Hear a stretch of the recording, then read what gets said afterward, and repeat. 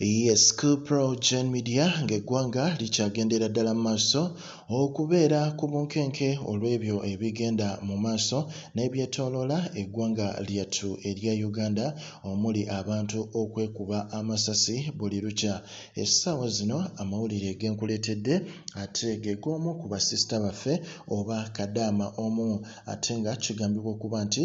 waliwo abavuddeyo ne bakola positi nga bagamba nti bannange tusaba ku buyambi bwammwe sisita waffe oyo ye Carol Nantambi era nga kigambibwa okuba nti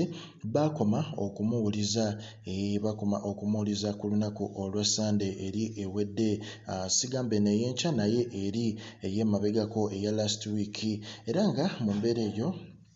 abavuddeyo ne bagamba nti bagezaako n'omuweereza message